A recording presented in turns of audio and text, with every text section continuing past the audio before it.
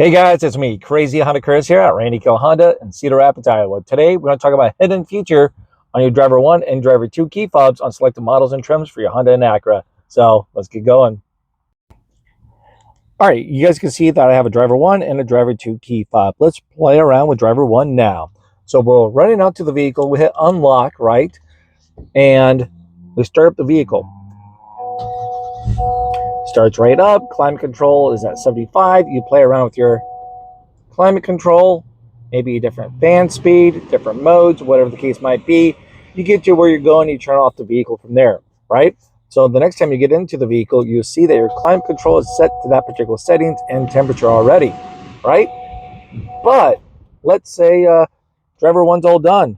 Driver 2 comes out to the vehicle, hits unlock, start up the vehicle. Their climate control is at 65, right? Well, let's play around with these modes here quick. Got my whole different kind of modes, different fan speed. Bang, I'm done. I ride to where I'm going. So let's just test it out now. I start up the vehicle. It's back to wherever the driver 2 left it at.